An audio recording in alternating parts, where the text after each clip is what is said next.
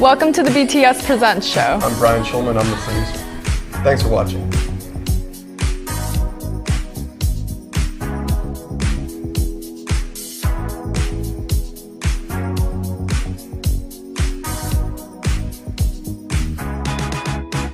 Welcome to Community Cafe. I'm Datta Khalsa, and I have several illustrious guests with us today. To my right is Jane Weed-Pomerantz. She's former mayor and city council member of City of Santa Cruz back in the 80s. And Jim Weller, a community minister and a force in the local, I would say, crusade to help with housing issues. So thank you both for attending. I think I can't think of two better guests for discussing the concept of community and what's going on in our community right now. So thank you. Appreciate being here. So Jane, I understand your focus is far, far away from your glory days of being on the city council. What have you been up to these last, 20 plus years? Well, actually, we have a nonprofit here on the Central Coast that provides parenting education and works in schools to build mutually respectful relationships. It's called Positive Discipline Community Resources. So we're now in 60 countries, and I have the honor of traveling the globe. And China was my most recent visit for over a month, training thousands of people because they really love this idea of mutually respectful relationships. So I am a communitarian at heart, and it's lovely to be back in Santa Cruz. Yeah, no, it's funny. I sometimes, being in real estate, sometimes I have a listing up in Fremont right now, and you hold an open house in Fremont, and it's like a sociological explore. I don't have to go on vacation anywhere. I mean, people of every culture, and they have the family unit. Still comes down to the same thing. You know, the mom and dad, maybe they're getting along, maybe they're not. Maybe the kids are getting, out of hand. Maybe they're under control. But so, how did you make that your life's work? Well, it's interesting because I note that no matter where I work, people's concerns and their hopes and dreams are very much the same. Same dramas, same desire for healthy relationships, same hope for their children in the future. And my work with the city council was a thrill for its time because we were actually working for greater, if you call it, diplomacy efforts with our, at the time, Soviet Union and back in the day of trying to become global citizens. And so the citizen diplomacy was actually having sister cities so that we could exchange culture, we could exchange business interests, we could exchange students and learn about each other. Was that when on the Welcome to Santa Cruz sign, all those sister cities? That's right. That was your work. It's part of that. Nice. So we have a number of sister cities in Santa Cruz now. It would be wonderful to see it expand. I think it's needed even more in the globe as we look to collaborate on some of the bigger challenges we face, such as climate. And your focus is returning to Santa Cruz now? I continue to work with the PDCR, Positive Discipline Community Resources, because when we're doing it throughout the Monterey Bay region, we're working in medical clinics, we have classes in the jails, our parenting classes are very popular, and more schools are beginning to implement it school-wide because we're creating the leadership of tomorrow. And those people are, if you ask them to solve a problem and trust them to follow the process and communicate their needs, you'd be surprised what the young people can come up with today. So I think we have to think about how we can all be a part of the solution. And one of the things that really requires is that we sit down and talk about what our shared vision is. What do we want as a community? And I think that in a lot of ways the United States has left that path. It's you think? Status, it's wealth, it's individualism, and I think we need to talk more about community and shared vision. I wish you could do more of your work in the White House, for example, but... Well, it starts from where we are. Okay, good. And then it goes from there, right? Micro to macro. We can think globally, act locally. Yeah. There you go. And you've been acting locally for how many years now, Jim? Going on 20 years now. I've called Santa Cruz home for more than 30 years. I used to be a title insurance company executive. That was my life profession. And I left that work to become a minister. I still earn a living with a consulting practice as an expert land title analyst and advisor.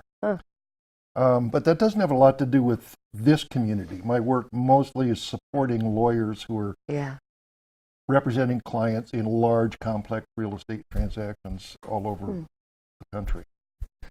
But my work locally comes out of my lifelong commitment to social justice, which is my denomination's, my faith denomination's faith commitment. And my calling is to be an emissary of the church on the street, in the community, trying to find ways to engage in public life that will improve the quality of life and ameliorate some of the suffering of people who are oppressed and poor. Yeah. And there are many of them, even here in Santa Cruz. So there's lots of work to do, and I do my best to organize things from a faith community perspective. Including providing housing most recently. Including providing housing, yes. So how's that project going? Well, which project? Well, you have on the church property, right? Oh, yes. Well, the most recent thing I'm involved in is building probably looks like about 30 units of affordable rental housing on land that my church owns on the Upper West Side in Santa Cruz. And that'll be administered by whom? It'll be administered by a professional management company, but the project is being developed by an LLC that we formed. Members of the LLC are the church and a developer, John Swift, local developer, and a local investment funds manager, Sibley Simon. So with those two and the church provides the land, which we own, and the concept and the motivation. Our two partners provide their expertise, and Sibley brings in some impact investment money. And we're well on our way to building a creative and innovative new housing model. That is a good model. Amazing what you can do when you put your heads together with a determined. Right. Yeah. And it's such a good model that it's already being replicated. We were the first church to do this, but now exactly the same thing's being done by the Methodists. Here in town? Here in Santa Cruz. Nice. They're going to build a project in Live Oak on land they own there. And same players. Sibley, John, same lawyer who was a close associate of mine. This is the downtown Live Oak, the Live Oak City Center. There's the I think it's about 4 acres behind the bus stop there. I think is that the lot that they're? No. It's on 17th Avenue. It's on 17th Avenue north of Capitola Road. Okay, because also where near the Grange. Okay, near the Grange. Because also where Live Oak Super is, there's a large piece there as well. And there's going to be some housing there. I think that one's going to be actual nonprofit housing. Yeah. The church, both of my project and the Methodist project, are going to be a mixture of moderate market rate housing and dedicated low income housing. So that's actually on the Methodist Church's property. Yes, they own a piece of land there that they. Just out of curiosity, what does it cost to develop, per unit there roughly, when the land's free, basically? Their costs will be lower than ours because their property's flat. Ours is on terraces. We're looking at about a $12 million project for 30 units. Yeah. So that's relatively efficient when you get to take the land costs out of the equation. It definitely right, and none of it's for sale. These are units that we will rent in perpetuity. The church will own the project entirely 50 years from now. And I'm curious because that one is that I wonder if it's, not to get too technical, but if it's in Soco Creek Water District, that would be a problem. But for the Methodists? Don't know, but water hookups are a big barrier to development, at least in South County. I don't know how far they've gotten. So yeah, that'll be interesting to see how that plays out. So resources. Oh my gosh. Right. Yeah. So how much involvement do you have in housing issues currently? Well, it's interesting because I have supported every rent control measure that has existed in Santa Cruz, and this is now 4, right? Back in the day, in the 70s and 80s, when we tried, again, I think we lost by greater numbers each time, and there was this big gap between then and now, where there needed to have been a lot more discussion of where we were going. Because I think this issue of housing, affordability, availability, and access are all way beyond us in terms of we're doing what we can, stopgap measures, efforts to try to raise up everyone, make it clear what's going on. But it's been true for 20 years now, where my kids' friends are forced to leave the area because they can't afford to live here. Or the teachers, they can't get teachers housing for teachers. And it's bigger than Santa Cruz, and it's even some ways bigger than the state. Yeah. And so as long as there's the profit motive behind it, you're going to have a real hard time finding enough space for people within the confines of resources, whether it's water or roads, to provide. So we have a challenge now as a community, it seems, and I know a lot of people that are landlords, I'm a landlord, that came together and said, wow, Measure M is pretty out there, this is pretty radical. And there was a gamble. Maybe this will pass, maybe it won't pass. If it does pass, we're going to have a lot of work to make it better. Mm-hmm. If it doesn't pass, we have a lot of work to make it better. And that's what we have to look for. I'm hoping that there will be people that are developers, landlords, that will then, in a sense, reach across the aisle and say, yeah, what are we going to do for our community? Because we need to be able to house the people that work here. Mm-hmm. And that's the fabric of our community, socioeconomically, while we compete with Silicon Valley to become Silicon Beach or the Bay Area in general in terms of housing. So we need, as a community, to have a deeper dialogue. And I think I was talking with friends today. What am I doing around housing? We need to find housing, even if it's just temporary shelter, for the thousands that are homeless.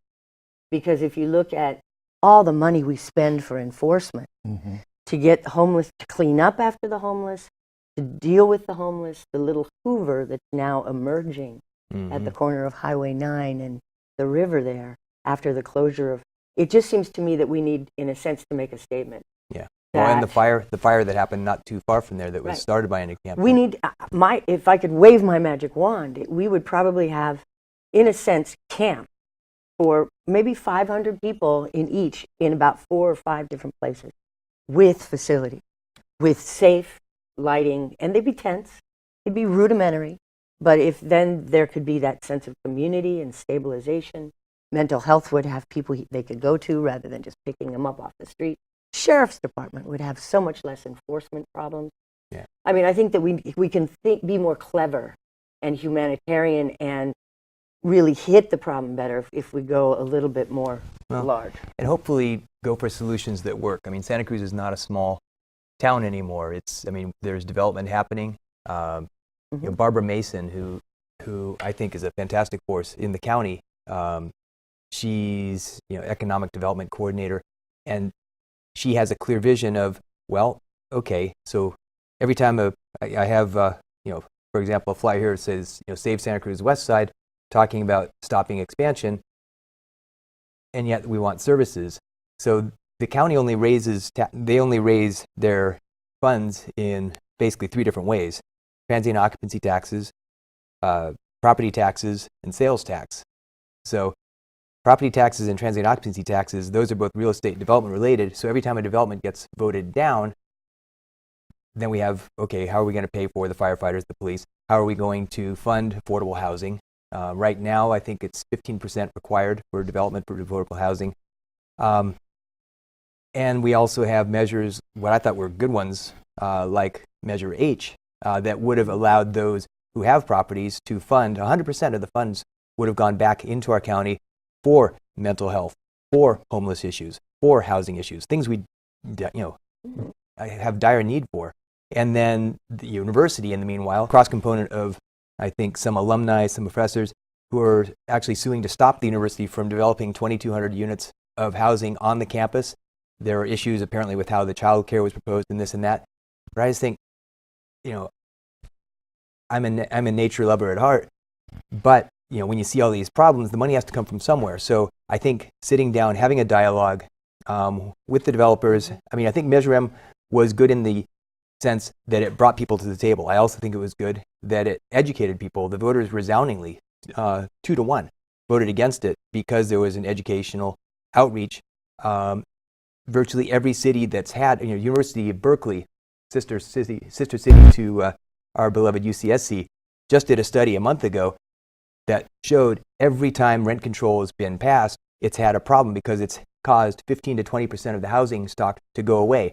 And a landlord who doesn't want to own a property that they can't sustain sells it to somebody who occupies it, kicks the tenants out, and then we've got that many more problem people that we have to house. So I have to say something about that. Absolutely. There have also been many studies by equally competent economists that show exactly this different, the opposite. And other recent studies have come to the conclusion that under present market conditions, rent control is a necessity. The problem is, from my perspective, that we have a dysfunctional market for housing. Mm-hmm. It's completely dysfunctional. It doesn't meet the needs of the vast majority of the people who live here. From my perspective, when the private sector fails to meet the needs of the people it needs to serve, the public sector has no choice but to step in and meet those needs. And that's what I see the next process is going to be, because there will be rent control in 2019 adopted by the Santa Cruz City Council. There will. I guarantee it. And the question is, how do you balance it in a way that doesn't contradict what the voters spoke and said this was too much?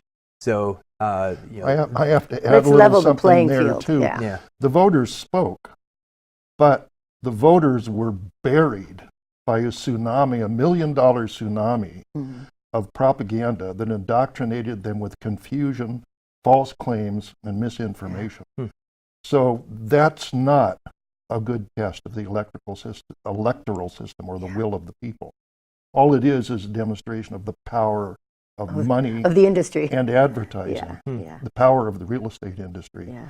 In Santa Cruz, so in terms of the misinformation, what exactly was misinformation? Tons of misinformation. There were lies about the effects that Measure M would have on various categories of landlords.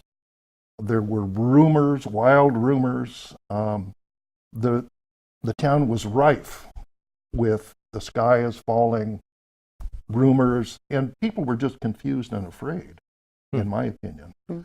There's a lot to that. So what now? The thing is, what now? Are people willing to carry on the discussion and dialogue? I think just cause eviction is also one that has to be addressed. Absolutely. We've looked at relocation.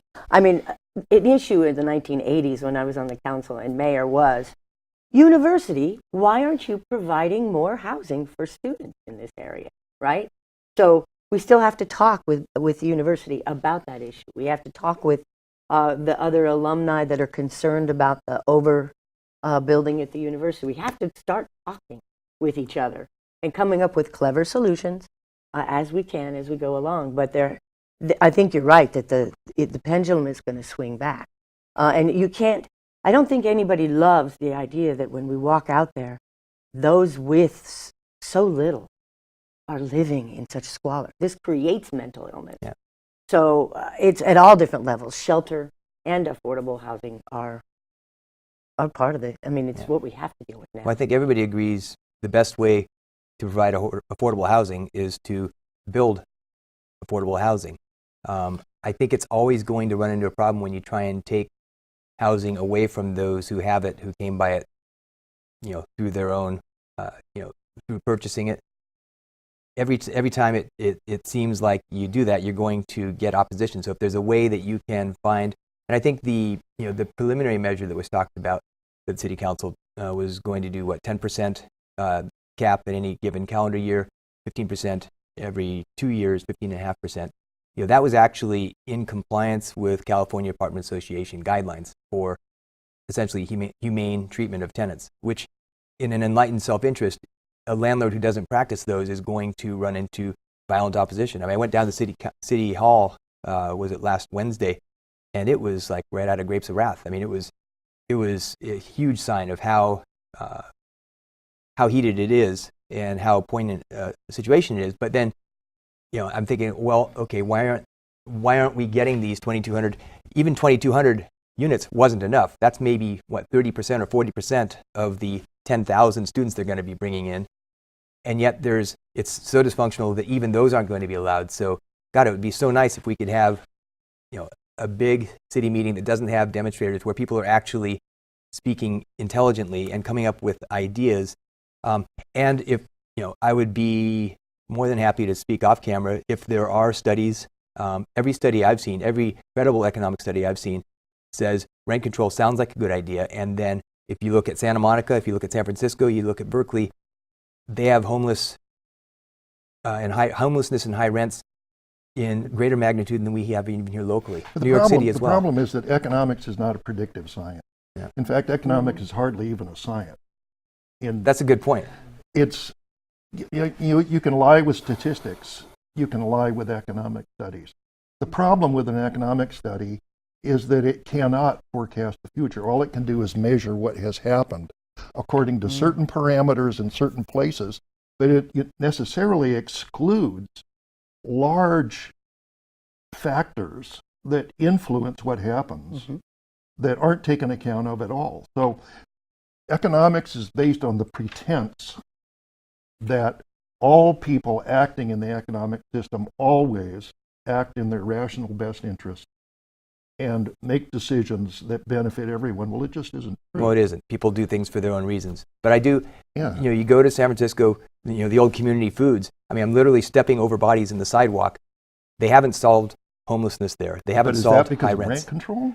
Well, no, but rent control was tried and it wasn't the answer. So, flash forward to contemporary solutions being proposed. And I think taking away, and you touched upon, taking away the profit component of housing, methods that they're using in Europe right now. Well, those are the kinds of exaggerations I'm talking about, Datta. Nobody ever said we're going to take anything away from anybody. Landlords weren't looking at losing anything. It's the rate of profit. It's no inclusionary units. Yeah, from my perspective, Measure M was a moderate, standard model municipal rent control proposal. Over the last 30 years or so, there has been developed a standard model for rent control, municipal rent control in many, many cities, not just in California, but everywhere in the country.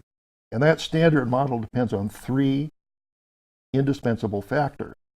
One is limitations on annual rent increases. That's one. But in addition to that, you must also have protections for unjust evictions, because without those, landlords would just get around the provisions and evict people and charge new rents to new tenants. The third essential is an independent rent board to administer the system. If you don't have all three of those, your system's not going to work. Well, actually, with all three of those, the system's still not working. So I think but it could work. It could work. I haven't seen it work anywhere yet. So maybe we come up with a better solution. I do think we're on the right track in terms of going, hey, wait a second. We need to provide more housing. We need to provide some proper treatment centers for homelessness, for addiction, all of that, for all those things. And that's something I think both sides can get behind. So if we can find that common ground and at least stay rational in the discussion around rent control like we have here, unlike what I saw down at City Hall, maybe we'll be one step closer to making a change. And I would appreciate both of you being here. You've obviously committed the majority of your lives to making things better. And an openness to, and I would like to share this openness. If anything, any belief I hold or any study that I've cited is incorrect, I would love to share it with you. And if you want to share yours with me, and hopefully I'll do that. I just recently issued a white paper of my own that all the city council members have read it now. Okay. And I think it's going to be especially influential because I have worked very closely with all of the 4 members of the city council majority that will take effect in January. And so I'll send you this paper. It describes what I think would be a suitable version of, Measure M version 2, with carved out protections for landlords in those specific cases where people feared that they would be harmed. I think it can work. And I think it will work. now that we have a new city council majority, we're in a whole different ballgame. It'll be interesting to see how it plays out. Yeah. Well, thank you both for joining. Thank you. And thank you as well. Thanks for watching the BTS Presents Show.